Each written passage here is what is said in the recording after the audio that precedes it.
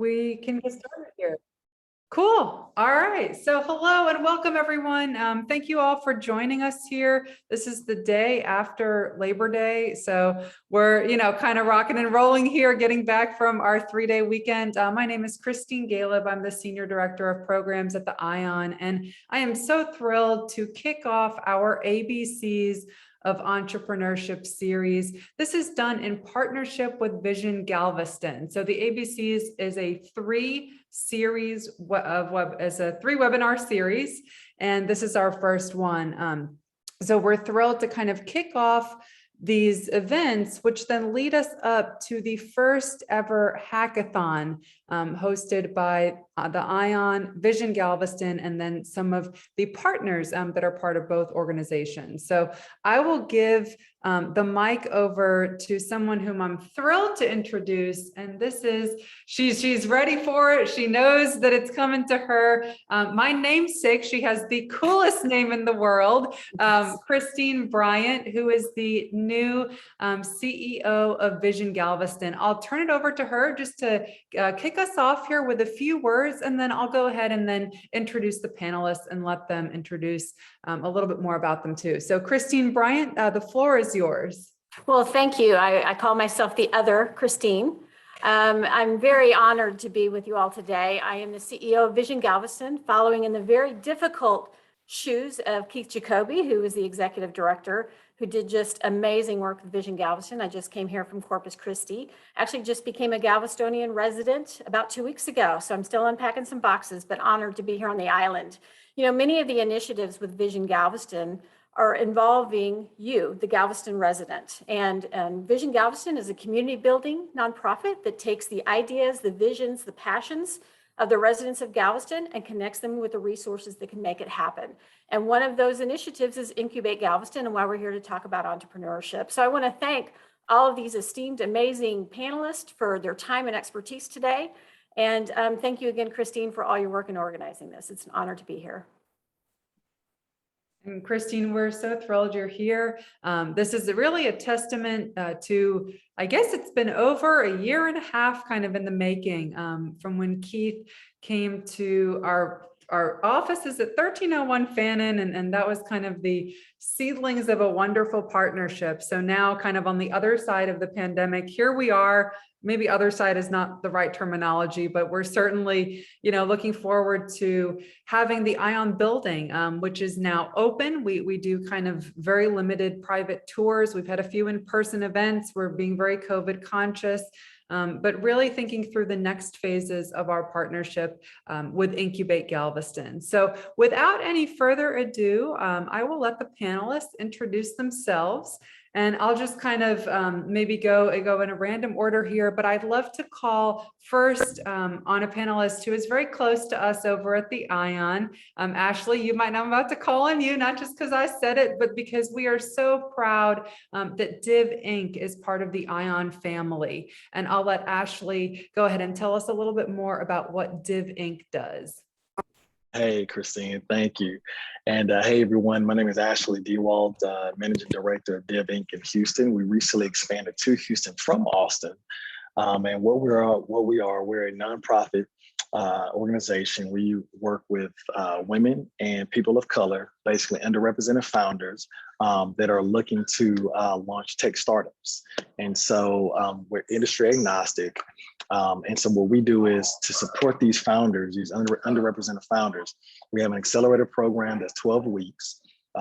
It's pretty intense, but it's a great thing because it allows founders to be able to get those reps in the gym, so to speak, to continue to be successful with their startup. And so we have a 12-week accelerator program. Once they graduate, we have an alumni program that we provide ongoing support for those founders, whether it's intros to, VCs, whether it's intros to mentors, advisors, the whole 9 yards. We provide that additional support for them for those 18 months. And so we also recently just launched a micro fund called Diving Ventures. And so to be focused on investing at the pre-seed stage for founders.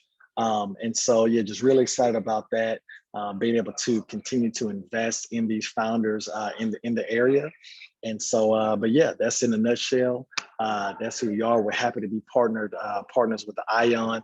We're going to be running all of our accelerator program at the ION. And so really excited about that, being able to see everyone in person when that time comes. And so I just want to give a real quick overview of that, just to be brief. Thank you, Christine. Awesome. Ashley, thank you. Thank you for being a part of the ION story. Thank you for being who you are as well. I'm thrilled to hear a little bit more about what you're going to say about our topic for today. So before we dive into that, let's go over to Dave. All the panelists here are enterprising, they're entrepreneurs in and of their own right. And so I'd love to give Dave a chance to tell us a little bit about him and his story. Thank you, Christine, and happy to be here. And thanks to everyone at the ION for including me here, and great to meet everybody else that's panelists here. Quick background on myself: born and raised in Philadelphia, went to University of Pennsylvania, then worked on Wall Street as a financial consultant for a bunch of different companies. Happened to get slotted in with a lot of different casino gaming companies. Got to know that industry very well. Went and got a graduate degree in hospitality and real estate and finance at Cornell. Moved to Vegas and worked with a group that was former kind of high-level gaming executive that started a new company. So I got to kind of go through the entrepreneurial steps behind some people that were pretty well seasoned, and then branched out from them to lead the development of a project on my own, which was a boutique hotel casino in Vegas. Moved to Galveston in 2016 after my wife and I got married, and we live here now with 3 kids. Recently bought a old, somewhat neglected motel on the seawall in Galveston that we are redeveloping into a higher end boutique hotel. Work on the side as a consultant for other companies that are in entrepreneurial phases, mostly in the hospitality space, and very civically involved here. I'm on the Parks Board of Trustees, which is sort of like our tourism board, and the president of the board of directors for the Galveston Historical Foundation, and have 3 young kids here, 2 girls and a boy, and love living here in Galveston, and I'm happy to be part of this event. Thank you. Awesome. And Dave, we love having you here. I love hearing your story too, because I'm from Philadelphia, so that resonates very strongly with me. So thank you for being here, and thank you for in advance for your insight during this panel. Let's go over now to Cliff, because Cliff, you have a fascinating story, and I'd love for you to share a little bit about it with our audience here today. Absolutely. Thank you for having me again, Christine. And also, I'm from Louisiana. I actually went to Rice in undergrad, so congrats on ION on the building near Rice as well. So my experience, I worked for a Fortune 500 company, starting off my career, and got experience also working for an energy startup, more so, understanding the background and the details that goes into those startups. And for the energy company, we're backed by a private equity, and also, it was an experience for me to get a different, get experience in a different realm. But so my connection with Galveston, I actually went to A&M Galveston for my master's, and got my master's working. Sorry, guys, I'm sorry.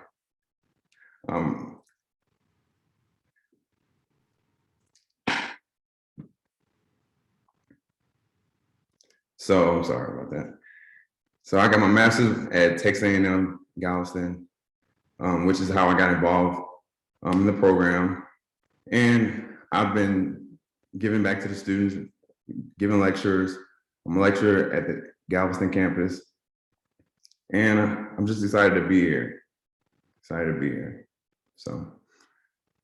Awesome. And we're so excited to have you. Audience, you can tell everyone's story here, whether they're at the ION, whether they're in Galveston, they're all weaving together as we lay the foundation for becoming an entrepreneur. So last, but certainly not least, I would love for Jose to introduce himself. I'll just give him the mic and he can share his fabulous story as well. Thank you very much, Christine. So yeah, my name is Jose Quintana. I'm originally from Mexico. Came here to Texas A&M University when I was 16 years old and fell in love with our campus, with our community, and decided to stay here forever. So back in 19 86, we started our first company, a computer consulting, and whether we were working with big enterprises or small entrepreneurs, we kind of started gravitating towards the enterprise side. And so at some point in 2004, we developed a mechanism to support entrepreneurs, to support startups. So in 2004, we founded AdventGX Corporation as a Texas A&M University spinoff. And we are now located in downtown Bryan. We kind of moved to be closer to our customer base. We are a community development-centric incubator. We developed that incubator called the Innovation Underground. And we wanted to make sure we were broad enough to be able to serve different communities. So we do not specialize on specific vertical, although my background is computer science, mathematics, and statistics. We do everything from medical devices to nonprofits. We actually help. We try to support at least 2 nonprofits a year and 2 veteran-owned companies, startups per year as a pro bono type of engagement. And I do need to follow up with Ashley and with all of the members of this round table, particularly with Ashley, because we actually, I'm a proud member of a nonprofit organization called Fivefold Leaders. And as a board member, my mission is to be able to support the entrepreneurial track of this organization, which is a faith-based organization that centers on helping people of color on professional leadership development type of tracks, leveraging obviously our faith. Is a faith-based organization, but also entrepreneurship is a big part of our efforts. So I'm looking forward to engaging with all the members of this event. And lastly, I wanted to thank Dr. Patrick Lachorn. He is a vice provost at A&M, and he actually resides in Galveston, and he's very involved with their the innovation ecosystem there. Thank you, Christy. Awesome. And I love it. And attendees, as you can tell, the connections are already happening. We're already connecting, whether in the chat box, whether on the screen. So this is the very first, as I mentioned in our series of ABCs, becoming an entrepreneur. And if you're like me, maybe you've been that highly creative person, you have a ton of ideas, but maybe you're on your entrepreneurial organization, on your entrepreneurial journey. Maybe you've been involved with an entrepreneurial organization. Maybe you're not quite sure what is entrepreneurship. Maybe you've heard that word tossed around a little bit in dialogue, and you're not quite sure if that's for you. So I'd love to kind of kick off our panel today with the question to the panelists: what is entrepreneurship and entrepreneurial thinking, or an entrepreneurial mindset? Maybe a few traits that come to mind, maybe characteristics. I know we have a wealth of information here on the panel, and attendees, if you do have a question, you can chat it now, but know that there will be Q&A at the end. So we'll go with this question to kick us off. I'm going to go maybe to Cliff, because I see your mic is unmuted. It was you or Jose, so we'll go Cliff. We'll give Jose a little bit of a break from talking since he just talked. But Cliff, what comes to mind when you think about entrepreneurship? Well, first thing that comes to mind to me is I like to believe that entrepreneurship is basically self-development disguised as business. And I say that because, you go through your ups and downs. You got to be willing to take the risk. You got to be motivated.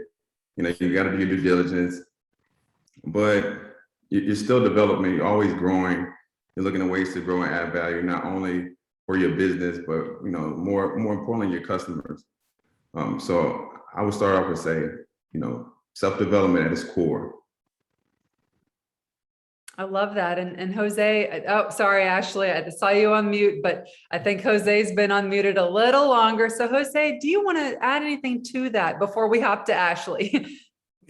Well, I agree with Cliff. He's right on spot. But what we try to do is also look at some of the competencies that we would like entrepreneurs to possess. And so part of the process, obviously, you want to have that natural entrepreneurial spirit. You want to have somebody that already is seeking for improving either the livelihood or the lives of others, and they identify that high purpose path. So what we try to do is we try to instill 4 specific core values. First and foremost, we try to drive home the message of the fact that you need to have integrity and trust on all you do as an entrepreneur, because you have a lot of responsibilities. You have to report to investors. You're managing their life savings sometimes. You have all your employees that are jumping into your startup on faith. And so integrity and trust is just the most important thing you can possess. Then the second one is intellectual horsepower. And for us, what that really means is not so much that you possess already all the knowledge, but that you're willing to invest and you're willing to have the obsession to become an amazing advocate for your company. The third one is business acumen. You really need to understand how the system works, how others will benefit from your endeavors, from your initiatives, from your startup, and making sure that, if somebody in a system loses, then really the system is not scalable. So you have to make sure you understand that tenet. And then last and not least, humbleness and humility are very important, because as entrepreneurs, I'm older, so I'm kind of more seasoned on this, but especially young entrepreneurs, they're going to go through very, very high highs and very low lows. So when you're truly humble, you don't let those extreme events kill your spirit. You know who you are, and as you develop that humbleness, you actually become much more aware of the situational opportunities and threats. And your spirit will not fail. Because one of the things we have noticed through the last 25 years is that entrepreneurs really, a lot of them face that emotional kind of risk of falling into a dark place. And that is really a very, very damaging, very toxic situation in one's life. So we try to make sure that we work with them to develop that knowledge about their own capabilities and the real perception of where the perception becomes an assessment of a real situation. So as to temper the personal emotions. I'll leave it at that. Thank you. That's really hard to follow up. You made my job harder. Thank you. I'm sorry. I'll redeem myself later. No, that was awesome. That was awesome. Now I was gonna add to it that from my perspective, entrepreneur is someone that really is able to see a need in a market and develops either a product or a service and executes on it. And I think the key word is execute, because everyone has ideas, right? We all have ideas. Everyone is blessed to have ideas, and ideas come and go, right? But it's the people that are actually able to, execute on the idea. To me, that is what is impressive, and able to take that risk and understand that there's risk with that. That when you are launching a venture, entrepreneurial venture, there are risks. And so, being able to have an appetite for that risk, and I was going to say that in regards to the entrepreneurial mindset is definitely a set of skills, beliefs, and abilities that, in my opinion, they're applied repeatedly and consistently. And it's a mindset. It's something that, you can build up over time.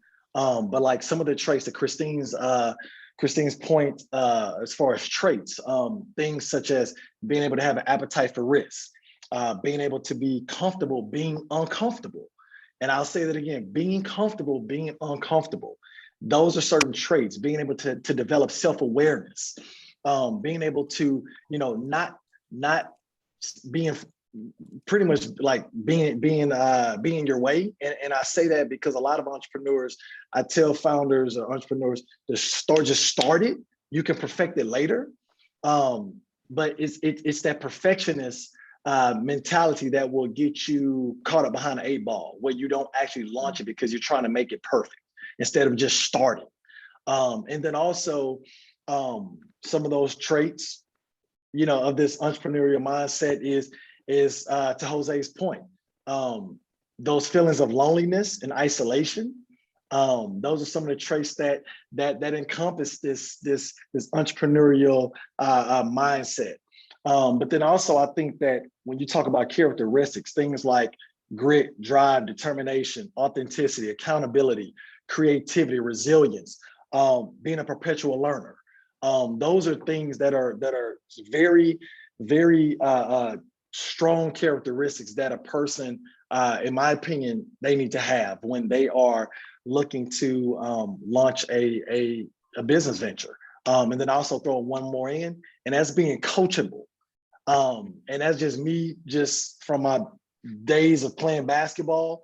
I was an athlete that was always coachable, wasn't always the greatest player on the team, but I was coachable. And so that is something that is so important for founders to be coachable. I'd like to kind of connect something Ashley and Jose just said, because I think they both sort of overlapped on a point that I think is important. And rather than provide you guys with a fourth definition of something you've all already heard. So Jose talked about having business acumen, and Ashley talked about just getting started. And I think both of those are important, but I want to kind of connect them in that what I end up seeing a lot of people that don't move forward on whatever entrepreneurial field they have is because they get bogged down in thinking that they're not good enough, or thinking that they don't have enough information to get started, and they see people that are already advanced in that field and see that they're not that, but didn't see what that person advanced in their field was like when they started. So I understand you need acumen, but to what Ashley said, you need to be coachable too, and you need to just get going and understand that the people that are further ahead in that field that may be role models to you or ideals to you started from somewhere, and they weren't different from you. At some point in time, they knew just as little as you did. And I'll add one more thing. Good. Sorry, Ashley. I'll add one more thing to that. Focus is another thing. Focus, and also to your point, being resilient, right? You got to keep pushing. You know, if you see someone who's been in it for years and years ahead of you, they're where you want to be. You got to stay focused on first what you want to do, because sometimes, you know, we've all been there. We have an idea and you start trying to execute on that idea. Someone tells you, or the next shiny object comes, and you're like, hey, I need to, maybe I can do this as well. And you don't have a focus. So I think it's important to narrow down and focus and truly put forth the effort needed to take it to the next level, and just be consistent and resilient. Yeah, I was gonna add one more thing. This is my chance to redeem myself. I was gonna add one more thing to what Dave was mentioning. You know, if you put in the time, like when you look at all these people and what they're doing now, at the end of the day, they just put in more time to learn, to be a master, to learn their craft. And so at the end of the day, you just have to be willing to invest in yourself, whether that's, you know, learning from, you know, listening to different podcasts, listening to, you know, reading various, you know, blogs, whether it's TechCrunch, Mashable, you know, VentureBeat. There's a plethora of information now that is available online that didn't exist 15 years ago when I was an entrepreneur, when I first started. And so that, you know, I would say to use Google as like your best friend. You can find anything on Google. All you have to do is just Google it and put in the time to just do the research. The research, that is something that a lot of entrepreneurs don't spend a lot of time on. And I can tell you this is that when you are an expert at whatever it is that you do as an entrepreneur, people will pay you because you are an expert. And so I would just say, just to invest that time into yourself every single day. It's no different than going to the gym and starting off with reps and just continuing to build your strength up over time. I love all the traits and all the kind of topics that we've talked about here, from self-development to being coachable, to putting in the time, to being honest and having accountability. And then Dave, you mentioned, you know, starting somewhere. We all started somewhere, and we're all still learning, right? Every day is a whole new day to learn, whether that's from Google, whether that's from people. The neat thing about this series is that we are building an innovation corridor, Houston to Galveston, right? So all the people you see on this panel in our audience, we are now part of your network, people whom you can reach out to, people who you can bounce ideas off of. And coming back to something that Jose said, the life of an entrepreneur can be very lonely. And I think it's kind of one of the biggest myths maybe about being an entrepreneur, that you've got to do it alone. And in fact, I would go so far as to say that's the wrong approach to entrepreneurship. Because we are collaborating with others each and every single day. So I'd love our panelists, this is our next question, I'd love our panelists to talk us through what is an entrepreneurial ecosystem. We hear this word ecosystem all the time, but break it down for us into some of its components, because if we're just starting out as an entrepreneur, what's that network like that's available for us in the broader ecosystem? So maybe we'll go either with Dave or Jose. We'll start with one of you. Go ahead, Jose. So in our case, we look at kind of the local and the global aspect of it. So we, as you know, especially the last 20 years, because of the advent of the internet, you really have now a great platform to go overseas with your startup. And so one of the things we try to do is leverage these entrepreneurial ecosystems in support of a community. It could be a small community in West Texas, can be Galveston, can be a small community in Belgium. Just being able to go and assess what every community has to offer within that context. You have communities that have, in our case, for instance, in Bryan, we have Texas A&M University as kind of our big sponsor research entity that generates just a huge amount of intellectual property. Also, it also provides us with a great stable of young software developers, artists, and all that. So what we try to do is have those two ecosystems well defined, which is what are your regional strengths? What do you have? And actually that exercise is something that, even though it takes time, is very valuable, where you start picking up inventory of what are the human resources and the technical resources and the financial resources that you have access to. And then depending on each startup, we look at what is important for them. Are they going to be marketing their products or services, on a global basis, or are they going to be concentrating mostly on more of a local market, like let's say a restaurant or a new tourism development type of experiential tourism opportunity? Well, in those cases, we look at what is available on a regional basis, but the most important side of it is who is your market. So are you going to be, even if you have a small hunting operation or a small glamping operation, you want to be able to market to the people that can afford that experience. So in many cases, we do look at Europe, we do look at the East Coast and the West Coast, and kind of putting everything in context of Texas. But again, every single place has its own signature, how their ecosystem is defined. And then the important thing, again, just to close on this, is being able to map that to your marketing strategy so that you can identify the customer base, which at the end of the day is probably the most important thing. Thank you. I would agree with all that, and I'll maybe look at this from another angle. I mean, there are the sort of formalized channels that Jose has talked about, or even the ION itself, but there's an informal ecosystem around you at all times. So there are people in your community, and you are a phone away from the social media or whatever, however you want to get in contact with whoever it is out there that does what you like or is interesting in your way. So I think it's useful for people to look around them, both in their immediate environment and where else they think they might have access to people that are in the field that are ahead of them. Ask questions, offer yourself if there's anything that you can do to help pitch in and become a part of whatever the effort is that you're interested in. But I think you'll find that if you are willing to just put yourself out there and start asking questions of people and see if they'll respond, a lot of people will respond, and you can find your own kind of network that way.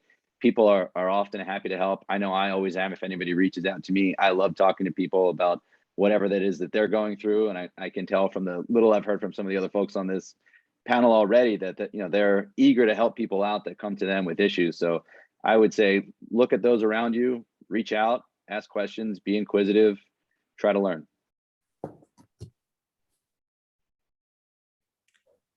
I love that. And I'll go either Ashley or Cliff, you can rock, paper, scissors, shoot for who wants to follow that. But I think a theme I'm hearing here is that awareness, right? Just kind of being aware of what's going on around you. So maybe Ashley or Cliff, in your responses, you could kind of integrate what that awareness looks like in an ecosystem and navigating that larger system. Pointing to Cliff. All right. I'll take it. I'll go for it. So, and when I think about, awareness, also to his point, talking about your closer network, and you can also take initiative to be that hub, so to speak. When you start communicating with other people around you, what you want to do and what you're interested in, you start finding that you start attracting other people who are like-minded, who want to do those same things, or who may be already doing those things. They may not have felt comfortable to talk about it. Even for me, even to this day, I find difficulty kind of communicating some of the things. Look, I own a real estate company. I do this. That's sometimes a challenge. But when you communicate with other people and say, hey, this is what I'm interested in, you may inspire them. And for me, I found that if you communicate with other people and say, hey, this is what I'm working on, other people start opening up, and you can even create an environment where you may go meet with them once a month and meet up and talk about different things that you're working towards. It doesn't have to be on such a large scale. It could be informal as well, and that can help your development and help their development as well. You give, and who knows, whoever they know, it expands. So, are you Ashley?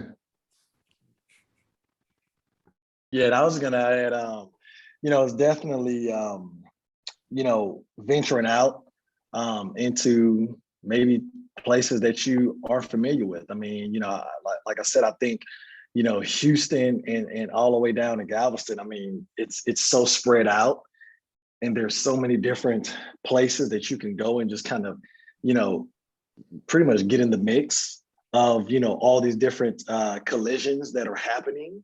And I think that's why, and I guess this is my personal opinion, that's why I'm excited about the IO, for example, because there's going to be these natural just collisions of people that are, entrepreneurs, that are VCs, that are angels, that are corporations.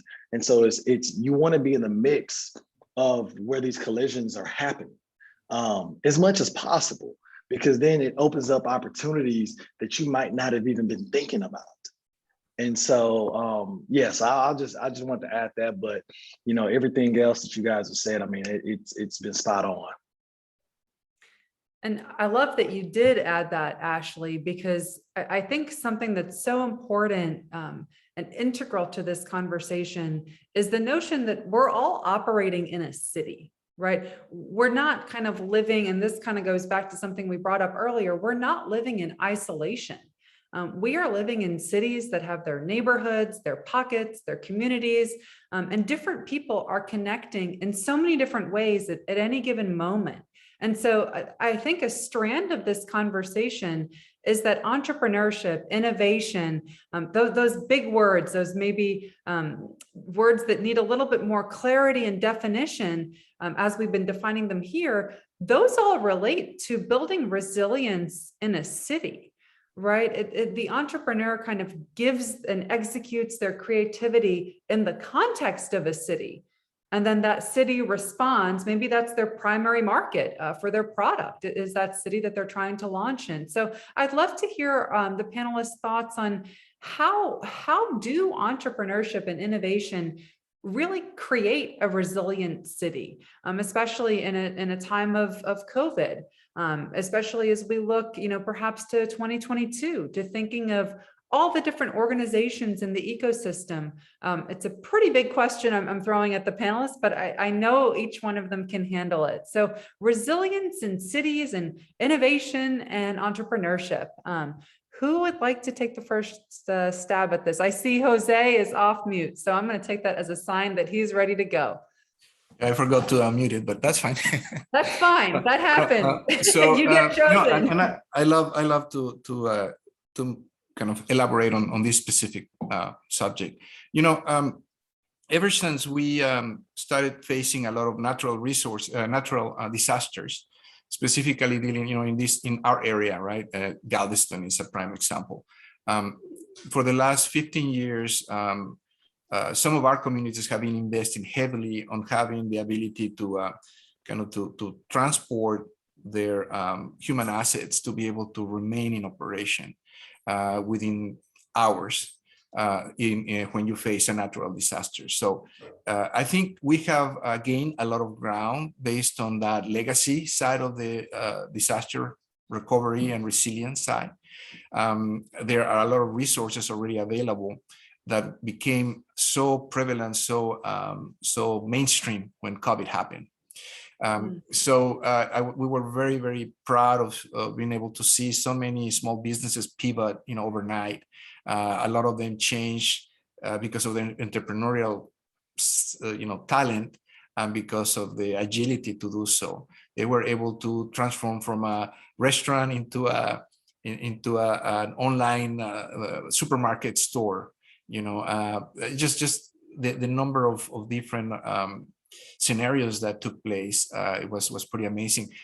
We have a program with the Green Energy Incubator at Texas A&M University, where we deal with the COVID response side from an entrepreneurial platform specifically.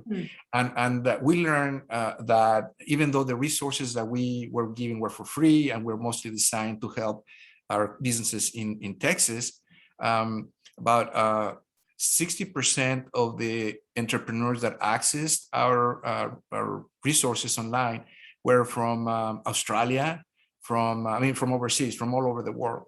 So that took us by surprise because, the resources we put online were very simple. Financial modeling tools, how to deal with a landlord, those type of things.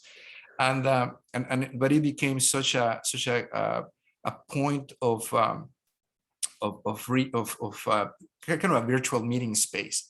So kind of based on that experience, I think as we move forward, specifically dealing with COVID, we have now developed that culture to be able to work from home.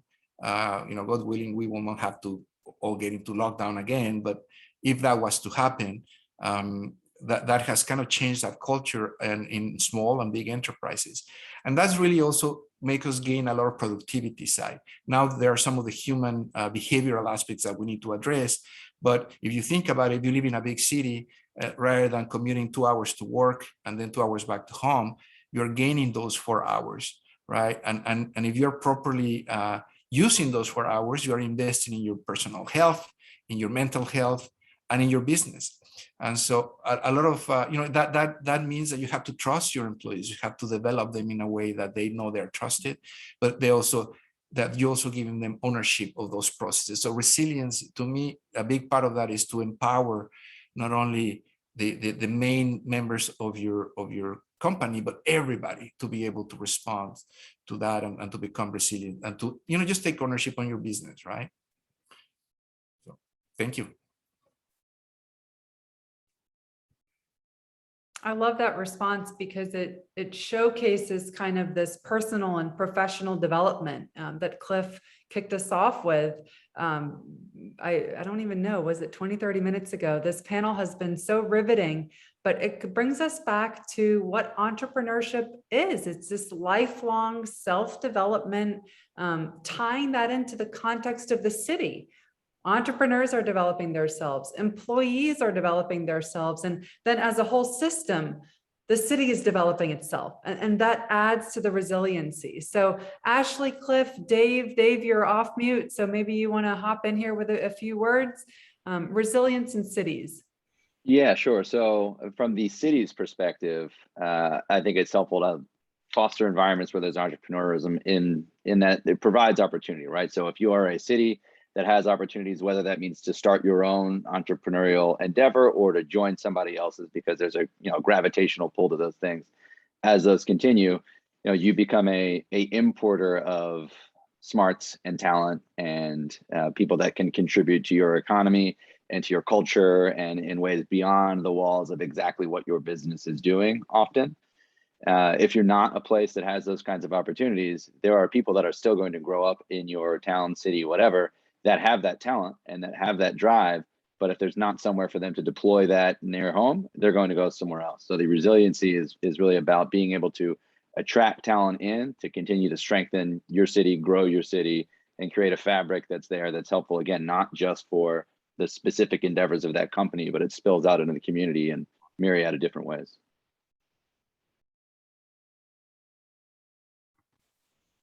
I love that. And I don't know, Ashley or Cliff, you want to hop in here? Cliff, off mute. Yep. Off mute, ready to go. So I like to say too, for thinking about resiliency in cities, but first, small businesses are like the backbone of America, right? We know this. We know technology, is advancing so much. It requires you to go meet the needs of the customer, go find out how to leverage that technology in order to meet those needs. But as far as opportunity, even, I'll take a different approach.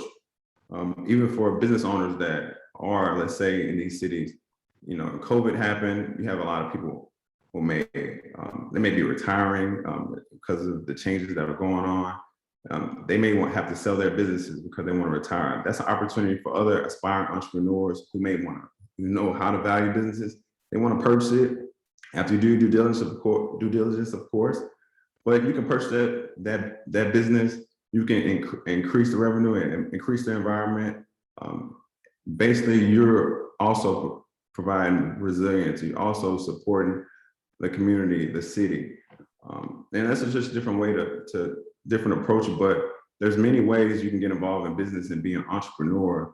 And I think it's important for people to understand that too. And different ways you can actually help not only customers, but your city and community with things like that.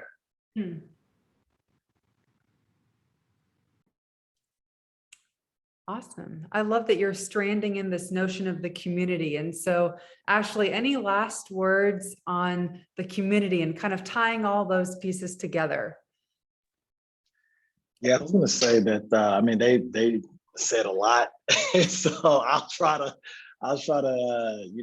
corral everything, but yeah, tie everything. But I think that, at the end of the day, it's about really getting involved in the community, learning, figuring out what's going on in your community from an entrepreneurial perspective. I was going to drop in some different links of different type of programming, for example, that you can go, they're having at the ION. Houston Exponential has a calendar of different events. And so, to Cliff's point, you really want to become immersed in the ecosystem. And one of the ways to really do that is by attending different events, building your network. And because, it's cliche, but your network is your network. And you want to be able to surround yourselves with people who are like-minded. I think someone had mentioned that earlier. Surround yourself with folks that are like-minded, that have an entrepreneurial mindset, because the journey is, I'm from Houston, and I think about it as sometimes it's like a Texas cyclone. I'm going back for some of y'all that remember Astroworld days, the Texas cyclone, but that's really what the journey is sometimes. And, and I'm not going to sugarcoat it. That's what it is. And so you want to be able to surround yourself with a community of folks that are, pretty much going down that same journey, because that's important. And then also really get immersed into the different events that are going on. And I'll drop in some different links here in a second, so that way everyone can kind of have something to walk away with. Awesome. I love it. And just kind of our closing question before we open it up for any questions from the audience. Again, please chat them in the chat box. Maybe we'll have time for a few. Ashley's dropping some links in, but just to underscore this notion of community, open-ended question for the panel. either give us kind of a call to action, something to take home, takeaway message here, or tell us a little bit about what's happening in the Houston Galveston ecosystem, maybe an upcoming announcement or event that you would like us to be aware of. I think Thomas already dropped the Vision Galveston website in that has all the links for Incubate Galveston. Courtney dropped in our second ABCs. So go ahead to the panel, call to action or one quick event that you'd like to draw our attention to. We'll get started real quick with Dave. I'll just refer folks back to Vision Galveston and all the work that I know they're doing here in our community. And there was a lot of outreach a year plus ago, and now I think there's a lot of action that we're seeing from them. So follow them on social media, check their website, subscribe to their newsletters. There's a lot they're working on doing here in the community. And I don't know exactly where they can use help and support, but I know they're eager to have people in our community involved. So get involved. Love it. Awesome. Jose, a call to action, or I know you can drop some links in too. One of the things I wanted to kind of mention is the importance of one of the comments that I think Ashley brought up as far as being coachable, and the importance of having a good coach. A lot of people think that they're coaches, and thank you for that. We thank them for their support, but it's so important, especially at the start of a business, to be able to identify a good coach. So two kind of things and call for action is to those organizations that support entrepreneurs. We do need to do a better job curating who should be those coaches, because again, a bad coach can just derail a startup. And on the other side, for those of you that can be good coaches and coaches for the right reason, a coach is a good coach because they want to support the entrepreneur no matter what. There's nothing coming back. Nothing is going to repay you other than being part of something wonderful, making somebody's dream come true. So once we define that as a prerequisite for being a good coach, and then obviously having the subject matter expertise, I think that is kind of a deficit all over the world. Just having great persons, great individuals step up as coaches and help the young entrepreneurs. And I think people like you and us that are involved in the kind of incubation, acceleration, and our ecosystem, I think we have to at least support the young entrepreneurs to help them understand what attributes, characteristics are affiliated with a good coach. And sometimes you need multiple coaches, right, depending on the need. So that's kind of my call for action. I love it. Ashley, go ahead. Call to action, or I know you dropped a ton of links in, so maybe call to action. Sure. I was going to say, for those who might not be aware, they have the ION has a how to start a startup, and I have set in several times. Heath Butler, who is actually a venture capitalist at Mercury, he puts on this class and it's free. And that has been so enlightening, I think, for a lot of founders, as well as myself. And so I would encourage you, to those that are looking to, learn more about how to start a startup. I would definitely encourage you to spend your time sitting in, listening in to those Zoom sessions. Absolutely. And I dropped in a link already. I'll drop it in again just to make sure everyone has it though. Excellent. Cliff, go ahead. And I agree, Ashley. I actually tuned into that as well. It's a lot of value.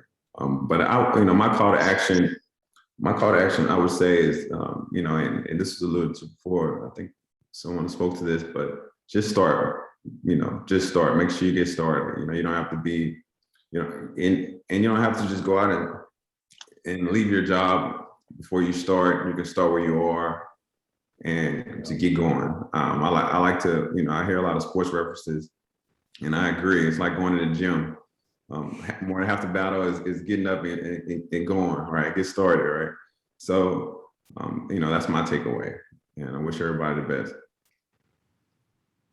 I love it. And I do not want this panel to end. This has been so enlightening for me. Just hearing all these nuggets of wisdom from Ashley, from Dave, from Cliff, from Jose. But I do want to leave a few minutes of questions. I know we have a few coming in the chat box and then Q&A. So we'll get to one or two of them. If we don't get to yours, please don't worry. Please keep in touch with us and come and find us. I think you all know where we work and the organizations we're affiliated with. So first question coming in from Rowan, and I hope I'm pronouncing your name correctly, but how does one join their goal of entrepreneurship while managing a nonprofit organization? So it's this kind of tension between balance and management, and then also immersing a nonprofit into a community, and a local business can face the difficult determination of, does this partnership or relationship align with the mission of the nonprofit? So there's a little bit of tension there. And Ashley, maybe I'll redeem myself a second time, because I know you have an expert's opinion on this, and I'd love for you to share some of those insights with the audience. Sure. So, real quick, I will say that, for us, our mission is to continue to drive diversity, equity, and inclusion in the tech ecosystem. Just real simple, right? But the thing is that we understand that not everyone wants that ecosystem to look as such. And so that's fine. Me personally, I make it a point to identify and meet people who basically are aligned to our mission at Div Inc. And if they aren't aligned, that's fine. We don't, do we want to be collaborative and work with people in the ecosystem? Yes, but we also understand that not everyone is aligned to our mission, and that's okay. And so, to Christine's point, it is definitely a balance. When I have conversations with angel networks or venture firms, for example, Mercury Fund is one of our partners. They understand the value of having an ecosystem that is diverse, equitable, and inclusive. And so it wasn't even a matter of if we were going to do a partnership with the Mercury Fund, it was a matter of when. And so you want to be able to align yourself with those particular, with those type of partners that are, like I said, just totally in alignment with your mission, because there is a lot of work to be done. And so the thing is, if you can find partners that are working with you to kind of lift that boulder up, then it just makes things much more easier. But I've always, and one thing I'll say this real quick, we've had potential partners that were wanting to just write a check, but weren't willing to get in the trenches with us and help us do the work. We said thanks, but no thanks. Unfortunately, because we're not doing this for charity. Like we're not doing this just to take a check. We're doing this because we're trying to make necessary, meaningful, and sustainable change in the ecosystem. And so we don't care if a corporation wants to just throw us $100,000. I've turned it down. We turned it down because at the end of the day, that has an expiration date. We want to be with people who are going to be true partners. For example, the ION. We're in it for the long run, for the long term. And so that's kind of how I look at those potential partners, whether it's a yay or nay, when we're trying to figure out if they're a good fit for Div Inc. And Ashley, I love that you said that, because it's about the long-term relationship, right? A lot of entrepreneurs kind of might start out thinking, you know what, I'm just going to sell that one widget to someone and deal's done and great. But I think part of the work we do is so relational. We're building that network. We're entering into ecosystems. And we said it earlier, it's not about your net worth, it's about your network. And nowhere does that show up more than in these conversations. So just a final question before we close out here, coming in from Deb. How did you all start becoming an entrepreneur? Was it something you thought you could do or should do? Or was there kind of that one little moment where you kind of that light bulb went off? So maybe Cliff, get us started, and Dave, take a shot at it. And Jose, maybe you can close us out on that. So Cliff, go ahead. Sure. So I had interest in entrepreneurship even while I was in college. I had a small business on the side while I was playing, in school and also playing sports. But my start, I started doing research and learning about it. I had a desire, and I trying to do this in my intro. I'll do a better job explaining how I got started now. But I started reading and listening to podcasts, kind of some of the points that everyone's talking to, the industry I was interested in. I was already working in a startup environment, so I was exposed to some more of the startup world day in, day out. Growing a company, it was like 4 of us. And that company ended up growing to about, we had like about 25 people. And seeing what goes into people when they're asking to raise money, what goes into the financials and understanding, the finance side of a business. Those are the things that I started getting exposed to, seeing at a high level, and I was curious to see if I can do it on the side in the small business realm. So for me, and I started applying that to small business with real estate, and started investing and scaled it to own and manage properties in Louisiana and Texas. So I built it up and I started with the end in mind. I started running it as a business. And for me, that's how I was able to scale, and that's how I got started in entrepreneurship. And that's my story. So, Dave, go ahead. Yeah. So my first job out of college, I worked for a small firm. It was about fluctuated between 10 and 12 people. And I kind of just got used to that less formal, everybody is kind of involved in what everybody else is doing sort of environment that I think is more typical in startups than in much, much larger companies. But then I ended up getting slotted in the casino gaming world, which is one of the least entrepreneurial focused environments in the world. These are massive, massive companies with thousands and thousands of employees. So I lucked out that I got connected with some folks that were kind of restarting a new casino group. So I got to sit behind some seasoned people in the industry and learn. And I would say that was kind of the first step for me, was to be out of a mega corporate structure and with people that I knew what they were doing, but to be able to sit behind them and to go back to something Ashley said earlier, just be coached, be coachable, and just listen to them and support them and whatever they needed to do. And if it was, come up with some great vision for something and help them in that, awesome. If it was figure out how the phone system works because we don't know how it works, fine, I'll figure that out with them too. It was just whatever it is, just do it for them. And then after that, I kind of got an opportunity to branch out on my own, and it's a lot of problem solving, and it's a lot of little things that you might not know the answer to, and just kind of going through that and realizing, okay, if I don't know the answer to something, look it up. And if I can't find the answer to it anywhere else, try to find somebody that does, or make an assumption, flag it as an assumption so that I can get to the next step and just keep going and just keep iterating and find those things that are assumptions and dial them in over time and just keep trying to solve problems.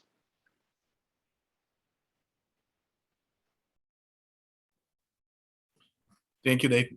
So in my case, I think family plays a big role. When you're exposed to members of your family that are entrepreneurs, and you're able to kind of see behind the curtain and see how hard it is, and if you're willing to step up and take those risks, definitely you need to be very smart and try not to make big mistakes. But to a point, to a certain extent, you have to be risk adverse. You have to be able to assess and take on big risks and be willing to do whatever it takes to make those big rewards. In my particular case, I always wanted to work for a big company like IBM, HP. So when I graduated from Texas A&M University, I got a job offer from IBM to move to Houston, and I was very happy. About a week before I moved to Houston, I called my agent, the person that hired me, and she told me, Jose, we made a mistake. we cannot offer you the job. We need to rescind the offer because you don't have a permanent work visa. You just have a 2-year visa. And at that point, I had to make a decision because it was kind of late. I had to either go back to Mexico or start my own business and stay here in the US. And I made the terrible mistake of starting my own business right out of school. You know, I know that in this case, my dad was a very successful entrepreneur. So I had somebody to go to for help and guidance. And I made every mistake on the book. I started my company with credit card financing, and I bought all these fancy computer systems that I really didn't need. And anyway, now looking back, it was a great adventure, and that's why I'm here. Awesome. And I know we're just about over time, so I want to thank everyone for staying on, but you've got all the panelists' information. Don't be a stranger. This is just the kickoff for our ABC series. We will have the next one same time, but a week from today, and the Eventbrite has been circulated. So thank you for being a part of our work, the IONS and Vision Galveston's work to drive this innovation corridor between Houston and Galveston. We are here to borrow a few phrases that were spoken earlier. We are now your innovation and entrepreneurial family. So don't hesitate to reach out. Nothing is too big or too small. We're here to help you, and we will see you in a week. So thank you all for coming. We will sign off and let you get back to your day. Thank you all.